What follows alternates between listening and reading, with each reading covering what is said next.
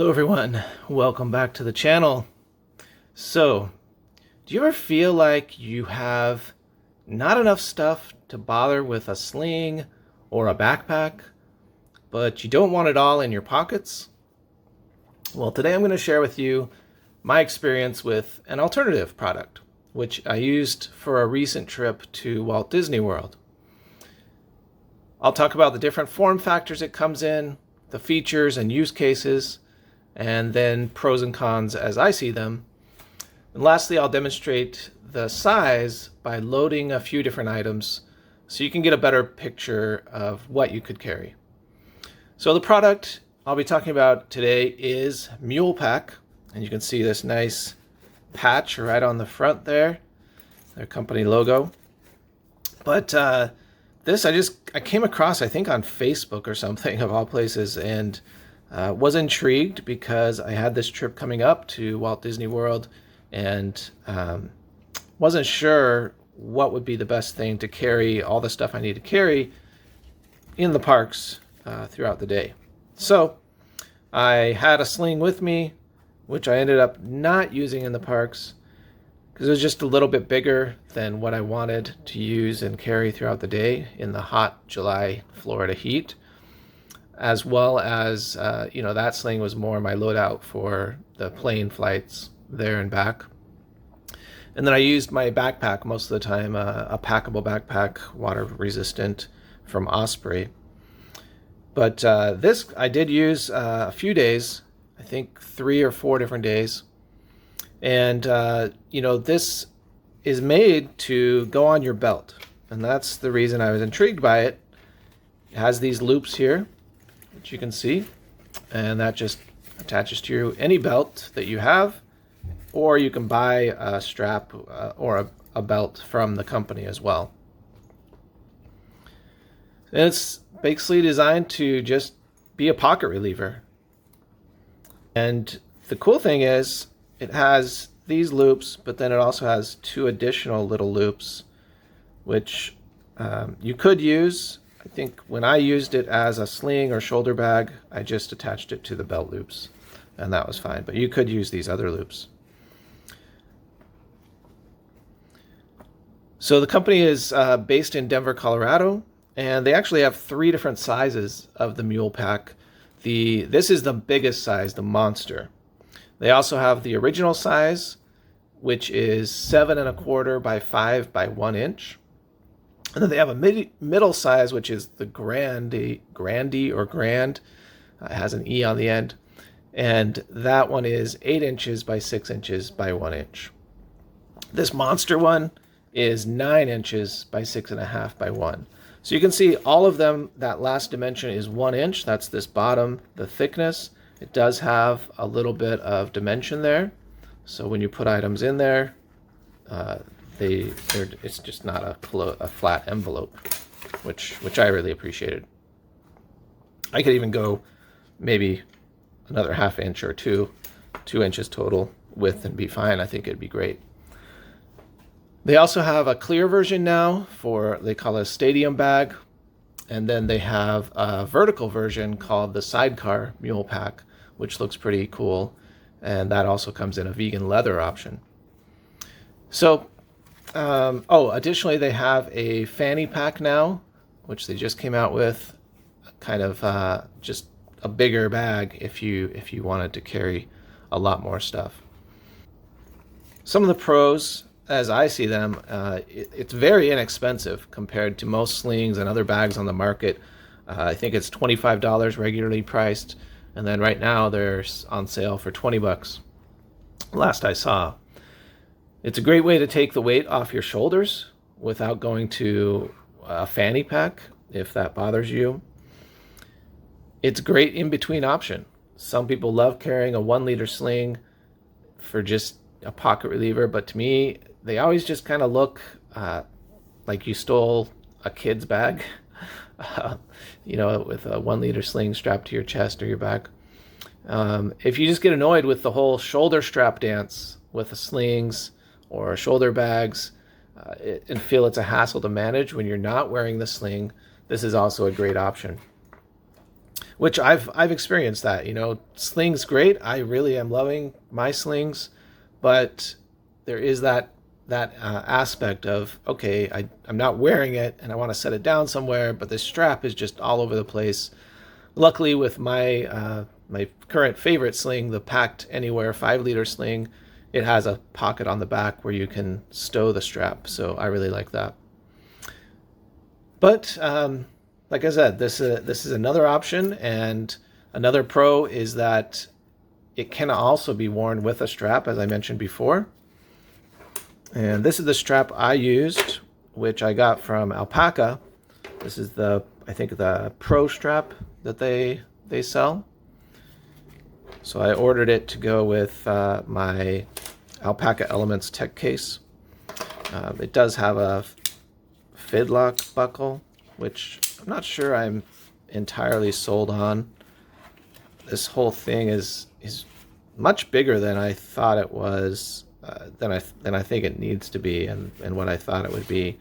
So it doesn't stow away as easily as I would like, but it does have these nice strap management features here. These kind of loops that go around to take care of the end of the strap if you adjust it. And it's, you know, fully, you can take it off and put it back on. So that's what I did. I just hooked it onto this bag and used it as a sling / shoulder bag. I say / shoulder bag because it doesn't look entirely like a sling if you use a strap, but you can fix it so it, you know, adjust it so it fits onto your chest or onto your back. For me, I think most people would classify my wear as a shoulder bag the way I was wearing it, and I'll show some pictures. And you know, one day I wore it on my belt, and really it was great. You know, it carried everything I wanted, and as you can see in the pictures, had a shirt on, and my shirt covered most of the bag. I did find myself kind of wishing that I had gone with the medium size. I think this one's just a bit large for what I needed. I just wanted to make sure it was big enough to hold my phone and stuff, mainly. But we'll get into kind of a fit test here in a minute. And as I mentioned, another day I wore it as a shoulder bag. You know, there's some pictures of that as well. And I'm not sure which I preferred, actually, but that's mostly because of my loadout, what I needed with me. I needed my hat for the sun, my umbrella because it rains every afternoon in Florida, and I needed water bottle as well, which my water bottle wouldn't fit in this, of course, which I knew, but maybe if you had one of those memo bottles, the kind of the flat ones, that could fit in here. So it all depends on your use case. For me, I think the shoulder bag worked well because I could more easily hang all my accoutrements off of here, or off the strap that I had with me. And one day I wore the strap around my shoulder with just my water bottle, my hat, and my umbrella attached to it, hanging off of it, and then this on my belt, and that worked great as well. All right, so let's get into a fit test, see what fits in here, just to give you an idea, because I know it's hard to see on camera. So here are some different items. Here's an iPhone 13, I believe. It's my work phone, so I don't really care. But you can see that fits in the big pocket and about an inch to spare to the top. And that's why I think the medium would be just fine. That would fit. And you could always put it sideways as well. Does it fit in the smaller pocket, front pocket? No, although it does fit sideways, right? And then, of course, some battery banks, a larger 28,000 milliamp one. Also doesn't fit quite standing up. Now you see this, you might think this flap, you could go under this flap, but you can't. It's stowed shut right there. So there's not a fold over kind of situation there. So that won't fit in that pocket unless you turn it sideways, but it does fit very nicely in the big pocket. And of course, smaller power bank as well. Thickness wise, this is a little kind of pill case with accessories that I got on Amazon. I can link it in the description of the video if you want to check them out. I love it. It's really cool. I have one for my pills, and then this one's more the one that I take with me in my sling on flights with some different accessories. So yeah, that definitely fits. Let's put all of these things in here now. Put all these big things in the main pocket, and there's still room for that, like that. And I'll share some pictures here of kind of what my loadout was for the parks. A bigger item. So this is my Kindle Oasis, and you can see that also fits in that big pocket. It'll even fit vertical. All right. Just to give you an idea, it does not fit vertically in the front pocket or sideways.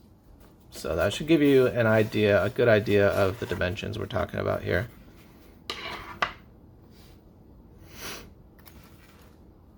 Okay, so I mean, this really held up well. It was used and abused in the Florida sun of the summer. You can even see here it's got some, I think these white marks are from sunscreen rubbing around on my arms and things like that while I was carrying it. So I'm going to throw it in the washing machine. But I wanted to get this video out first and not wait for that. So hopefully this has been helpful. I do feel like it's quality. I don't have any concerns about the stitching or anything like that coming undone. The material is really nice. Just feels good in the hand. The zippers are smooth, easy. They're not aqua guard, so if that's a concern, maybe I could see that being a con. The only other thing I'll mention is the belt loops. It says on the website you have to have a belt that's 2.5 inches wide or less. And so if you have a really thick, like casual style, like 3-inch belt, then this might not work. But both my belts were fine. And yeah, great little patch there if you're into patches. And not much else to say about it, but it is a good option, I think. I'm going to keep it in my arsenal of bags as an option. And again, I just wish I had gone with the medium, the grande size, because I think it'd still be big enough for my cell phones, but show less under my shirt. So up to you. And comment down below what you think about the MulePak monster size or any of their products.